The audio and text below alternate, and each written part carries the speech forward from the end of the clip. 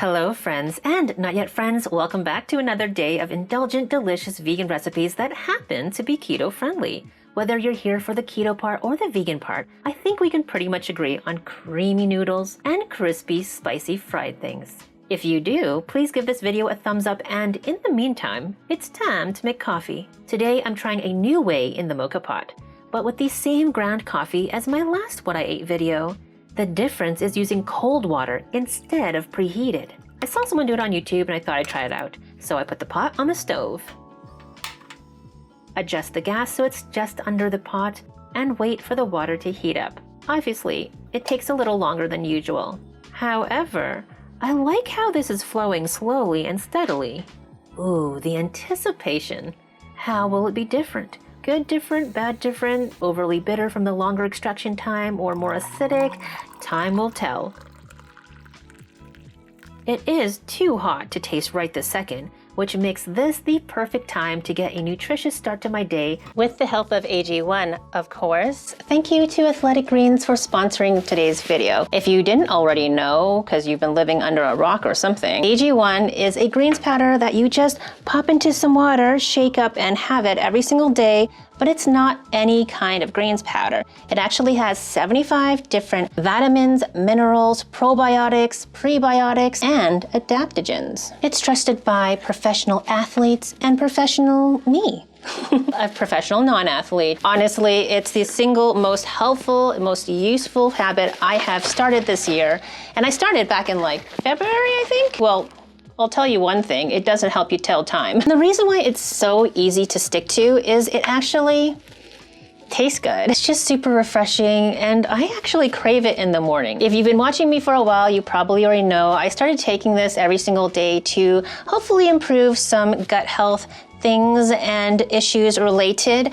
And now that stuff in that area is pretty much perfect, I keep taking the AG1 every single day. In fact, I signed up for a subscription so that I never ever miss it. They deliver it according to your schedule, actually. The website makes it really, really easy to adjust anything if you want to. And so yeah, I get it delivered every single month, so I never have to miss a day, which I never want to. Further than the gut health reasons and the nutritional reasons, it is formulated to help with your recovery, energy, focus, and healthy aging, which I much appreciate. I also trust it because it is a very high quality product. It's third-party tested, made in New Zealand, and NSF certified for sport, which means that what is on the label is actually what's in the product. There are no artificial colors, flavors, preservatives, no herbicides, pesticides, GMOs, sugar, or artificial sweeteners. And of course, it is vegan friendly, so there's no eggs, no dairy. It's also keto friendly as well. Plus, it does contain B12, which most of you probably need to take on a regular basis. So why take a bunch of different supplements? Just have it all in one in a really high quality product. And if you want to try it, make sure you click my special link below in the description box or up here in the card section, and you will get, with your first purchase, 5 free travel packs to take your AG1 on the go with you. Keep this healthy habit even when you're traveling. Plus, you'll get up to a year's supply of vitamin D3 drops. Vitamin D, of course, you know by now, is very important for the immune system, and it's a fat-soluble vitamin, so it's actually in this pure olive oil format, so it's really easy for the body to absorb, and it also has K2 in that as well, and you'll just need 1 drop, and we're good. You know what else is good? This moka pot brewed coffee. I'm actually really surprised at how nice it is. It's like very smooth, it's not bitter at all. It's slightly kind of fruity, so I'm using the same beans as the last time, but there's 2 different coffees. The other one was more like full-bodied, caramel, chocolate notes. This one is more like a fruity medium. I'm not a coffee expert, but like they're 2 different things, and just because of the difference in how you brew them. And you can see that it's kind of more convenient because you're starting with cold water, but I have to say I do prefer the older method with the hot water. This is missing the chocolate and caramel notes, and I just feel like I like to start my day with chocolate and caramel notes. It's just a nicer way of starting your day, don't you think? Speaking of nice, it was nice to find keto-friendly vegan tortillas at my local grocery store. Kind of pricey for tortillas at $8 a pack, so I might see if I can reverse engineer these and make my own. If you are interested in that, well, then that's extra motivation for me, so leave that in the comments if that's you. For breakfast today, I'm just doing something quick because my boyfriend is on a little staycation and I'm trying to do both my work for the day and also spend time with him, having fun, so we're doing quick things. Luckily, I've got frankfurters left over from making Korean corn dogs the other day. With these ready to go, let's get a pan on. Also, half a block of soft tofu to make a scramble. Silken tofu will also work, by the way. Usually I do use medium firm, but this is just what I had in the fridge, and actually I think it's quite good as a scramble too. You just want to let the excess water cook out so it's not overly wet. But I also don't want it super dry, so now I will add seasonings, a touch of turmeric, pepper, garlic powder, and onion powder. Lastly, a touch of black salt for that sulfury, eggy flavor. Then I don't need the heat on, just a bit of a mix. Push it over to one side, and I'll get the heat back on just to lightly fry the vegan meat. And we're good to go. Then on goes some avocado. Not as prettily as our previous avocado breakfast together, but it will get the job done.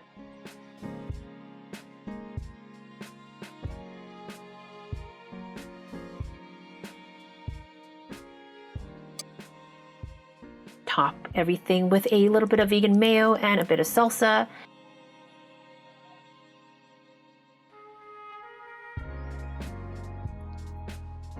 Plus the rest of the scramble that didn't quite fit in the wrap. And Chester likes it when we spend this time on the balcony together. Isn't he the cutest? This is one of the best tasting lazy breakfasts.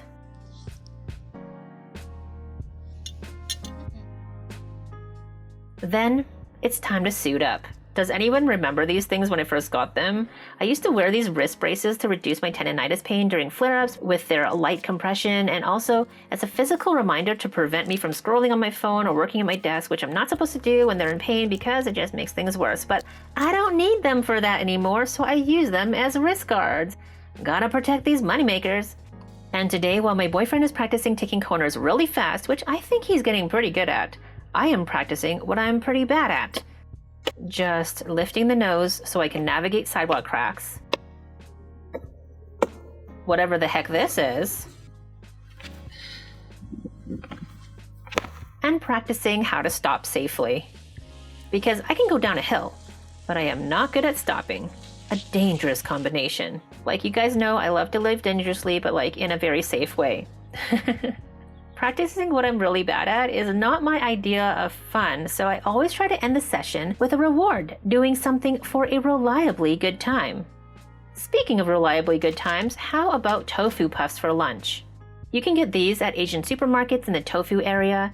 I actually got these at a normal supermarket that happens to have an extremely good tofu section. I'm gonna have half this pack. And just so you know, I'm not usually this fussy. If you are, no judgment, but I don't usually weigh my food like this. It's just to record everything so the curious among you can see my chronometer later. If you missed the last vegan keto video, you might not know I don't do keto all the time, or at least I didn't. More on that later. Originally, I kind of stumbled upon it. I was slowly eliminating food triggers for my chronic tendonitis, and eventually I figured out ketosis was really useful for treating flare-ups. So I would use it for a week at a time, mainly for that purpose. But since I posted that last video, I thought, well, why not see what a longer period of ketosis will do? Anyways, this goes in the air fryer. Press the steak button and away we go at 400 degrees Fahrenheit for 6 minutes. I really should have started this cauliflower rice before the tofu puffs, but I blame you for distracting me. How dare you? But no, seriously, it will take about 10 or 15 minutes, so if you are going to make this dish, I suggest starting on the cauliflower first. When the cauliflower is almost as tender as I want it, it's time to make a hole and fill it with some lovely olive oil and minced garlic and ginger, about 3 parts garlic and 1 part ginger. While that is getting all aromatic, add seasonings like black pepper, onion powder, whatever you want. I'm adding also green onions. Sprinkle soy sauce to finish. And that's it for our highly nutritious and delicious cruciferous. Say that 5 times fast. Plate it with something refreshing like cucumber slices and the air-fried crispy seasoned tofu puffs. They are so wonderful. Then just to be extra fancy, some green onion threads. If I had a cafe, I would definitely have this on the menu. The flavor gives like Hainanese chicken type vibes, but crispy, and just the whisper of something spicy from the gochugaru, aka Korean red pepper powder. Would you order it? Let me know. You know what I would definitely order? This next dish, which I had for dinner this day and many days before this. It's my Korean hot chicken flavor noodles, but adjusted ever so slightly to be more keto friendly. Starting on the heat with a little bit of nice olive oil and a bunch of very spicy looking Korean red pepper powder. But don't be alarmed, it's not that spicy. If you haven't had it before, think sweet paprika, but with some smokiness and a bit of sneaky heat, like not that smack you in the face heat, but like a subtle heat that sort of builds up, but not that much. I just want it to bloom a little before adding the water to create the start of a sauce. Now, I'm adding Korean soybean paste, which is kind of my alternative to using gochujang in this keto-friendly version. It adds a fermented savoriness, which, if I had to compare the flavor to anything, it's similar to miso paste. Not the same, but kind of. And half of a vegan chicken broth cube. With the heat off now, I'm adding my favorite 1-to-1 sugar alternative. Next, we want onion powder, a touch of curry powder, and actual spicy heat this time in the form of hot chili powder. Finally, I did decide on using garlic powder instead of using fresh garlic. And add some more water. Get the heat back on, and once it gets bubbly, you can add your cooked noodles. Or in this case, rinsed and drained shirataki noodles, which contain no carbs and don't technically need to be cooked. I like to simmer them in the sauce for a few minutes, and I find this helps them get really flavorful and improves the texture. Then I also want to add some coconut yogurt for extra creaminess, and also because I've had this tub for a while and I'm afraid of it going bad before I use it up. Then, are we even making vegan noodles without a little bit of nutritional yeast? I think not. It's going to add a little bit more umami, slightly cheesy, and kind of chickenish flavor. Now, with the extra liquid in there, I might need another minute or two of simmering. In fact, keep going until most of the liquid is gone and the sauce really clings to the noodles. And then at this point, you can add some toasted sesame oil, which I'm pretty sure I did add, but I can't find the footage. It doesn't matter. What matters is you get this on a plate and use the same pan again to cook the rest of your meal. I'll use leftover soft tofu from this morning, just heating it through on both sides. The noodles have more than enough flavor, so the contrast of a much milder tofu will be nice. Lastly, add a little bit of olive oil and chopped garlic. Heat it just enough to release the fragrance, and then in goes some greens. With soy sauce, and then in less than a minute, it's ready to go in the bowl. Finish with toasted sesame seeds and, of course, fresh chopped green onion. And that, my friends, is the dinner I've been addicted to for the past week. It is so delicious. You've got that savory, like kind of chickenish flavor, the fermented, deep umami flavor from the soybean paste, and the Korean red pepper flavor without being overly hot, spicy. I mean, that is a matter of opinion, I suppose, but I feel like this is kind of on the mild side, so you can add extra chili oil if you really want to. But lately, I have kind of preferred a little bit milder tasting stuff. Don't know what that is about. That was my food day. How was yours? Let me know in the comments below. Also below, don't forget to check out my special link to get your AG1 immunity bundle, which comes with up to a year's supply of vitamin D3 drops and 5 individual travel packs for free with your first purchase. If you were on the fence about it, I say go for it because it's been such a game changer for me. It's available in the UK, US, Europe, Canada, so check out that link below. Thanks again to Athletic Greens for sponsoring this video. While you're checking that out on another tab, I will get into some of the unexpected results from my longer-term keto experiment. And actually, it's been a few days since I originally recorded this vlog, so I will add what happened after I added pasta last night. And I was a little bit, just an interesting result anyways. I will get into that, and afterwards I'll get into the numbers, the macros, things like that. So this last round of ketosis has been going on for just about 3 weeks now after my last tendonitis flare-up, which I totally caused by myself with poor choices. Anyways, so I used these test strips.